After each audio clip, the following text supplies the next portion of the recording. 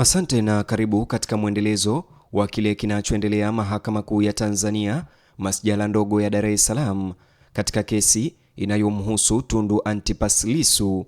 Jana kikao cha mahakama kiliishia wakati shahidi wa Tundu Lissu, wakili Paul Kisabo, akihojiwa na wakili wa serikali Stanley Kalokola. Leo muda huu tunavyozungumza, tunaendelea na Andrew Shabani Ntamamiro ambaye ni mkuu wa gereza yani bwana jela katika gereza la Ukonga Dar es Salaam, ambaye sasa hivi anaulizwa maswali magumu sana na Tundu Antipas Lissu. Kabla tusonge mbele, chukua sekunde yako moja like video hii kisha subscribe na ubonyeze alama ya kengele. Tundu Lissu alielekeza umakini wake mara moja kwa mdaiwa wa tatu katika shauri hilo la kikatiba, ambaye ni mkuu wa gereza la Ukonga Andrew Shabani Ntamamiro, ambaye katika kipindi chote cha kesi hiyo alijulikana kama kamanda wa gereza. Tofauti na mashahidi waliotangulia, safari hii Tundu Lissu alikuwa akimhoji afisa mwenyewe anayetuhumiwa kusimamia maamuzi ya gereza hilo yaliyokuwa kiini cha mzozo huo mahakamani. Badala ya kuanza na maamuzi hayo yenye utata, Tundu Lissu alitumia mbinu ya uangalifu na mpangilio madhubuti. Alianza kwa kubainisha nafasi rasmi ya shahidi na majukumu yake ya kisheria kabla ya kuingia katika kiini cha shauri hilo. Maswali ya awali yalikuwa ya moja kwa moja. Tundu Lissu alimtaka shahidi kuthibitisha kuwa yeye ndiye mkuu wa gereza la Ukonga. Ntamamiro alijibu kuwa ndivyo ilivyo. Kisha Tundu Lissu aliuliza kama alikuwa na cheo cha kamishna msaidizi wa magereza kinachojulikana zaidi kama ACP. Kwa mara nyingine shahidi alijibu kukubali. Baada ya masuala hayo ya awali kumalizika, Tundu Lissu taratibu alielekeza hoja zake kwenye majukumu ya kisheria yanayoambatana na nafasi hiyo. Aliuliza kama akiwa mkuu wa mojawapo ya magereza makubwa zaidi nchini Tanzania, alitakiwa kutekeleza majukumu yake kwa kuzingatia sheria ya magereza na kanuni zilizotungwa chini ya sheria hiyo. Shahidi nalo alikubali hilo pia. Tundu Lissu aliendelea kwa kuuliza kama ilikuwa pia jukumu lake kuhakikisha kuwa maofisa wa magereza walio chini yake wanatii sheria na kanuni za magereza wakati wakitekeleza majukumu yao ya kila siku. Kwa mara nyingine tena, kamanda wa gereza alithibitisha kuwa hilo lilikuwa sehemu ya majukumu yake. Baada ya kuweka msingi huo, Tundu Lissu aligeukia suala la uelewa wa shahidi kuhusu sheria yenyewe. Aliuliza kama kamanda wa gereza alikuwa na uelewa wa sheria ya magereza. Shahidi alijibu kuwa anayo. Kisha Tundu Lissu alimkumbusha kuwa kila swali lililoulizwa hadi wakati huo lilihusu masuala yaliyoainishwa waziwazi katika sheria hiyo. Shahidi alikubali tena. Katika hatua hiyo, Tundu Lissu alielekeza mjadala kwenye jambo mahususi zaidi. Alimwelekeza shahidi moja kwa moja kwenye kifungu cha 8 cha sheria ya magereza na kueleza kuwa majukumu waliokuwa wakiyajadili yalikuwa yameainishwa katika kifungu hicho. Kamanda wa gereza alionekana kutokuwa na uhakika. Badala ya kuacha hali hiyo ya kutokuwa na uhakika iendelee, Tundu Lissu alimtaka achukue sheria hiyo yenyewe na kusoma kifungu hicho mbele ya mahakama. Baada ya kuichunguza kifungu hicho, shahidi alikiri na kukubali kuwa sehemu hiyo kwa hakika ilihusu majukumu ambayo Tundu Lissu alikuwa akiyazungumzia.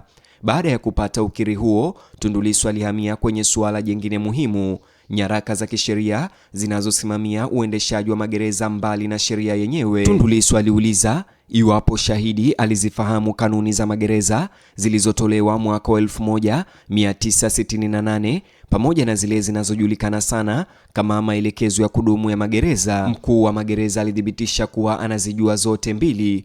Tundu Lissu kisha akatumia fursa iliyobadilisha hali ya hewa ndani ya mahakama kwa muda mfupi. Alimweleza shahidi huyo kwamba timu yake ya wanasheria imekuwa ikijaribu bila mafanikio kupata nakala ya kanuni za kudumu za magereza, na akauliza huku akitabasamu iwapo shahidi huyo anaweza kuwa tayari kuwa azima. Ombi hilo ambalo alikutarajiwa lilizua kicheko kutoka kwa watu wengi ndani ya chumba hicho cha mahakama. Kamanda wa gereza alitabasamu pia, lakini akajibu kwamba ingawa hakuwa na hati hiyo mahakamani, nakala yake inapatikana ofisini kwake. Ilipofikia hapa, kabla Tundu Lissu hajaendelea, mmoja wa majaji aliingilia kati mara moja. Hakimu alimuuliza shahidi moja kwa moja iwapo kweli kanuni za kudumu za magereza zinapatikana ofisini kwake. Kamanda wa gereza alithibitisha kuwa ndiyo. Kisha hakimu akaona kwamba hati hiyo inaweza kuwa muhimu kwa ombi la kikatiba na akapendekeza kwamba ingesaidia mahakama na pande zote mbili ikiwa nakala ingetolewa. Hakimu alimwagiza shahidi huyo kuipatia mahakama hati hiyo na pia nakala yake ipatikane kwa Tundu Lissu kwa ajili ya matumizi wakati wa shauri hilo. Tundu Lissu mara moja akawashukuru majaji.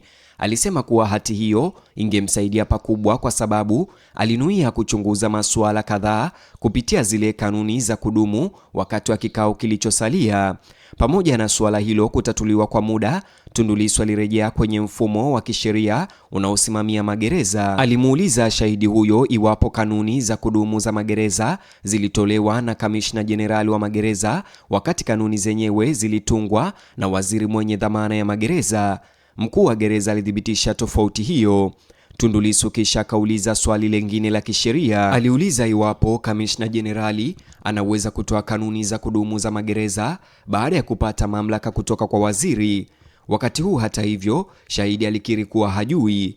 Bila kukosoa jibu hilo, Lissu alimwelekeza mara moja kwenye kifungu cha 5 kifungu kidogo cha 2 cha sheria husika na kumtaka asome kwa sauti. Shahidi alichunguza kwa makini sehemu hiyo. Baada ya kufanya hivyo, alikiri kuwa kweli sheria ilionekana kusema alichopendekeza Lissu. Baada ya kupata kibali hicho, Tundu Lissu aligeukia kifungu kingine cha sheria. Alimwagiza shahidi huyo kuchunguza kifungu cha 105 cha sheria ya magereza na kuuliza iwapo kifungu hicho kilimpa waziri mamlaka maalum ya kutunga kanuni. Shahidi huyo aliiangalia sheria kabla ya kukubaliana kuwa ilifanya hivyo. Tundu Lissu kisha akarudisha umakini kwenye mamlaka ya kamishna. Alimuuliza shahidi huyo ni mamlaka gani kifungu cha 5 kifungu kidogo cha 2 kilimpa Kamishna Jenerali kuhusu kanuni za kudumu za magereza na waraka rasmi. Shahidi huyo alieleza kuwa alikipata kifungu hicho. Tundu Lissu alifuata kwa kuuliza swali ambalo ni rahisi sana, ambalo hivi karibuni liliibuka kuwa moja ya mazungumzo ya kiufundi zaidi ya siku hii ndani ya chumba cha mahakama. Aliuliza iwapo mamlaka ya kamishna wa kutoa kanuni za kudumu za magereza yanahusu maofisa magereza pekee au yanawahusu wafungwa wenyewe. Shahidi akasita kidogo. Kwa dakika kadhaa alibaki kimya huku akichunguza maandishi hayo. Tundu Lissu alimhimiza kwa adabu kujibu. Hatimaye kamanda wa gereza alijibu kwamba pendekezo hilo si sahihi. Badala ya kubishana, Tundu Lissu alimtaka asome kwa sauti maneno ya kifungu hicho mbele ya majaji. Shahidi huyo alipoanza kusoma, Tundu Lissu alikatiza. Alieleza kuwa shahidi huyo alianza kimakosa kusoma kifungu kidogo cha 5(1) badala ya kifungu kidogo cha 5(2) ambacho ndicho kilikuwa kifungu kilichorejelewa katika swali hilo. Kamanda wa magereza alijibu kwa kusema anataka kuanzia na kifungu kidogo cha 5(1). Basi Tundu Lissu akamruhusu aendelee. Baada ya shahidi huyo kumaliza kusoma, Tundu Lissu alimuuliza kifungu hicho kinamhusu nani. Mkuu wa gereza akajibu kwamba inawahusu wafungwa na maafisa wa magereza. Tundu Lissu mara moja akajenga majibu hayo. Alimtaka shahidi huyo athibitishe kuwa neno magereza katika sheria hiyo linajumuisha wafungwa wenyewe. Shahidi alikubali. Tundu Lissu basi aliona kwamba kama sheria tayari imetumia neno magereza, kwa nini iliendelea kuwataja maofisa magereza tofauti? Swali lilionekana iliyoundwa kutofautisha kati ya sheria zinazotumika kwa taasisi na zile zinazotumika haswa kwa maafisa. Mkuu wa gereza alikiri kuwa yeye si mtaalamu wa sheria. Badala yake alijieleza kuwa ni mtu mwenye dhamana ya kutekeleza sheria badala ya kuitafsiri. Tundu Lissu kisha akahamia kwenye suala lingine linalohusiana.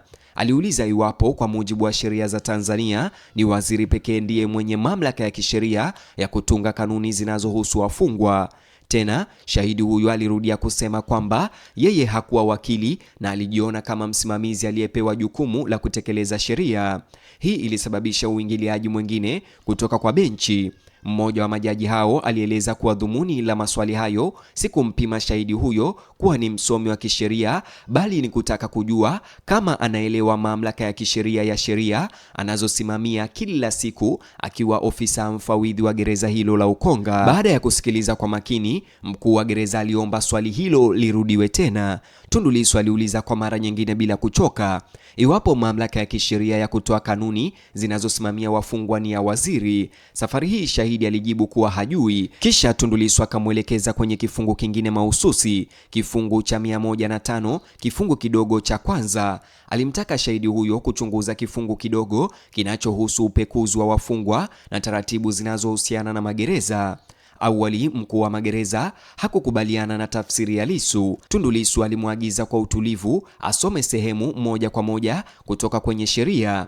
Baada ya kufanya hivyo, shahidi akanyamaza, kisha akabadilisha jibu lake. Akiwatazama majaji hao, mkuu wa magereza alikiri kwamba baada ya kusoma sheria mwenyewe, tafsiri ya Tundu Lissu ilikuwa sahihi. Makubaliano hayo yaliashiria wakati mwingine muhimu katika uchunguzi wa kina wa mamlaka za kisheria zinazosimamia mfumo wa magereza nchini Tanzania, huku mahakama sasa ikijiandaa kujibu maswali ya kikatiba yanayohusu usimamizi wa kizuizini cha Tundu Lissu. Mtazamaji, tutaweza kuachia sehemu hii ya 6 yani part 6 hapa, lakini ndani ya muda mchache wa mapumziko tutaweza kurejea tena na video nyingine tukikueleza ni kipi kilichojiri baada ya tukio hili. Bado tupo hapa mahakamani, tunaendelea kufuatilia kile ambacho kinajiri sasa hivi. Ninachokuomba tu ni maoni yako upande wa comment ama upande wa maoni chini ya video hii. Vile vile kumbuka kulike video hii, alafu subscribe na ubonyeze alama ya kengele.